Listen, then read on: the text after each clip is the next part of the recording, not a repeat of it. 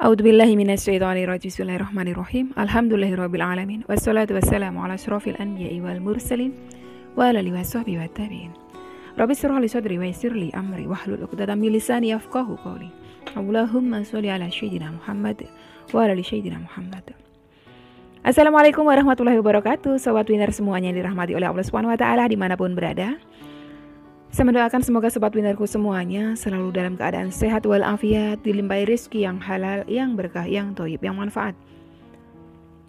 Semoga sobat winnerku semuanya saat ini mungkin masih terlilit amanah-amanah hutang, baik riba maupun non-riba.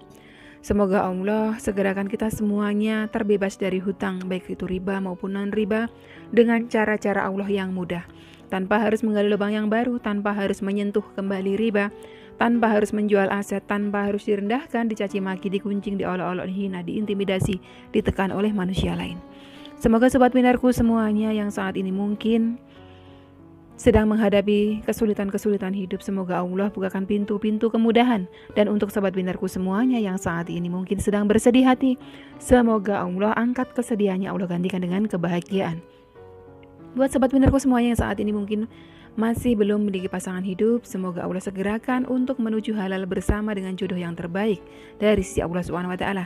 Dan untuk sobat winnerku semuanya yang saat ini masih belum memiliki putra-putri, semoga Allah karuniakan putra-putri yang soleh solehah. Untuk sobat winnerku semuanya yang saat ini masih berkutat dalam dosa riba, semoga Allah sentuh hatinya dengan hidayah sehingga mau berhijrah meninggalkan riba untuk selama-lamanya. Dan untuk sobat winnerku semuanya yang saat ini sedang berhijrah, semoga istiqomah hijrahnya. Semoga sobat winnerku semuanya saat ini mungkin memiliki hajat seperti saya, ingin berangkat haji maupun umroh. Semoga kita semuanya disegerakan Allah untuk bisa sampai ke tanah suci, menjalankan ibadah haji maupun umroh. Amin. Amin ya robbal alamin.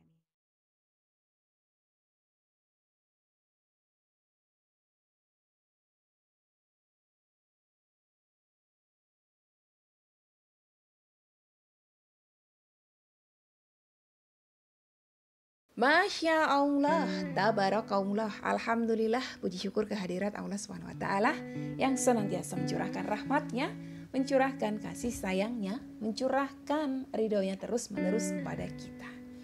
Jangan lupa selalu bersyukur dan selalu berbaik sangka kepada Rabb kita, sobat winnerku, karena kedua hal baik itu akan menghadirkan ridhonya Allah. Alhamdulillah, satu buah testimoni yaitu sharing pengalaman dari salah seorang sahabat kita akan saya bawakan di hadapan panjenengan semuanya. Semoga menjadi motivasi dan ada hikmah yang bisa kita ambil dari apa yang beliau sampaikan.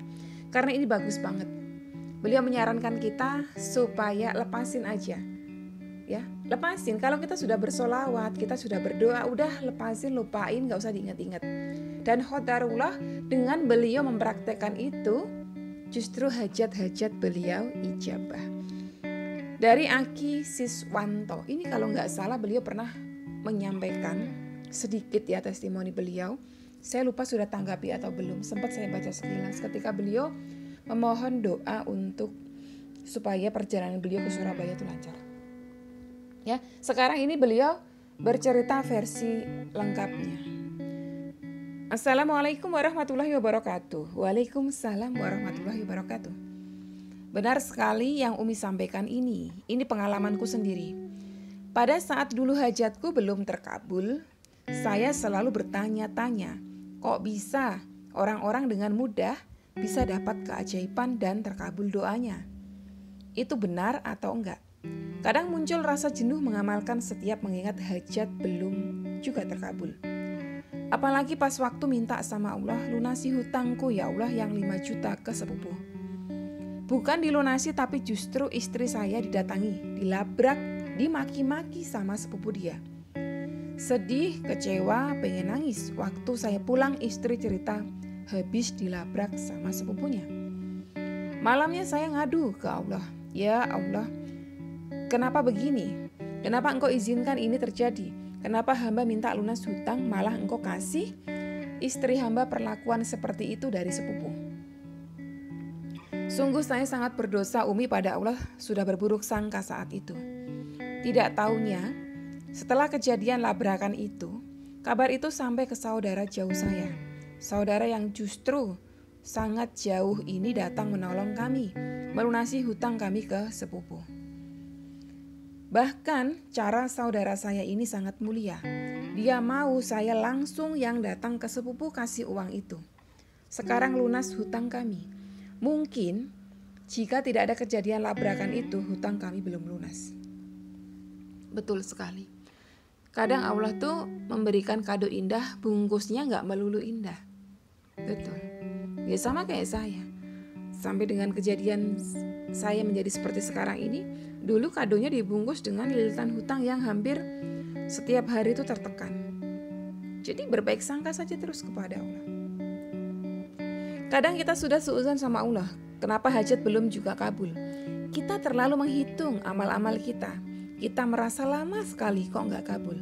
Padahal Allah pasti kabulkan di saat yang tepat. Dari kejadian itu Umi, saya sama istri makin rajin mengamalkan sholawat. Dan kami tidak mau lagi mengingat-ingat hajat kami. Selepas berdoa kami beraktivitas seperti biasa tanpa mengingat-ingat hajat kami. Setelah berdoa kami lepasin, kami pasrahin ke Allah. Biar Allah saja yang atur. Kapan Allah mau ijabah, biar Allah yang putuskan.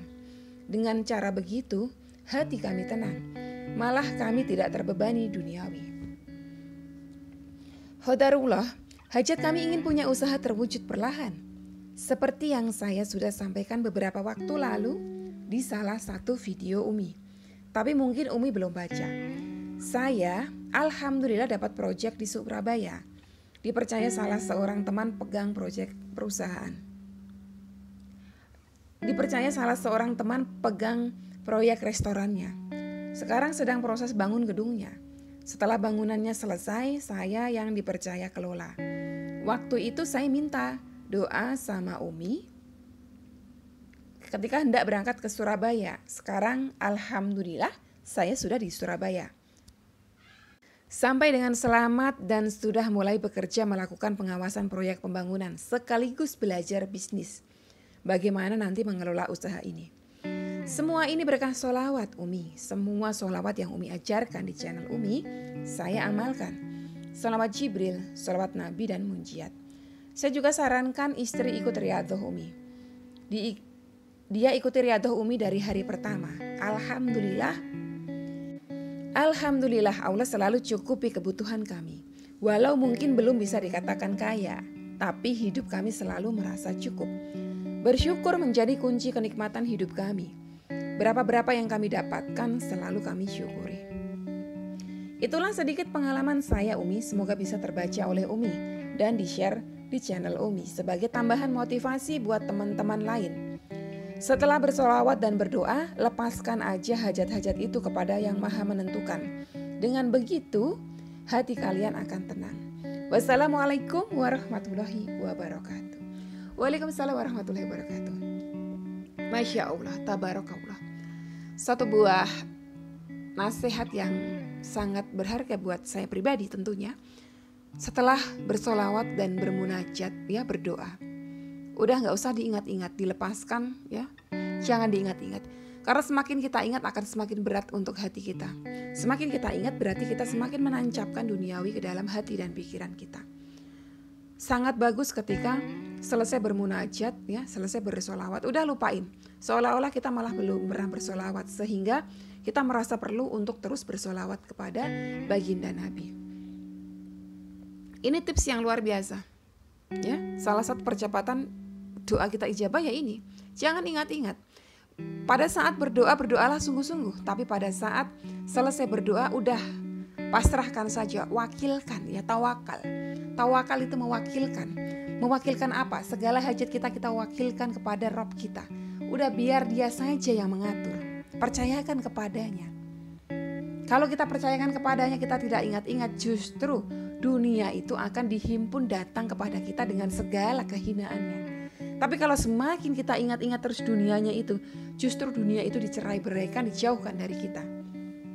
Ya, kita tidak akan dikasih apapun kecuali yang sudah ditakdirkan untuk kita, yang sudah memang jatah kita. Tapi kalau kita tidak mengingat-ingat, justru dunia itu akan dihimpun datang dengan segala kehinaannya datang pada kita. Jangan heran kenapa kalau kita sudah melupakan hajat kita malah justru dikasih. Ya karena memang memang sudah disabdakan oleh baginda Nabi ya. Siapa saja ya yang melakukan amal soleh diniatkan duniawi justru akan dijauhkan. Siapa saja yang justru fokus utamanya adalah akhirat, fokus utamanya adalah Allah, justru akan dihimpun dunia itu datang kepada kita. Terima kasih buat Aki Siswanto sudah memberikan nasihat yang luar biasa buat saya pribadi ya. Tentunya juga buat sahabat winner yang sedang menyimak video ini ya. Sampai di sini dulu video kali ini, semoga bermanfaat buat panjenengan semuanya. Wassalamualaikum warahmatullahi wabarakatuh.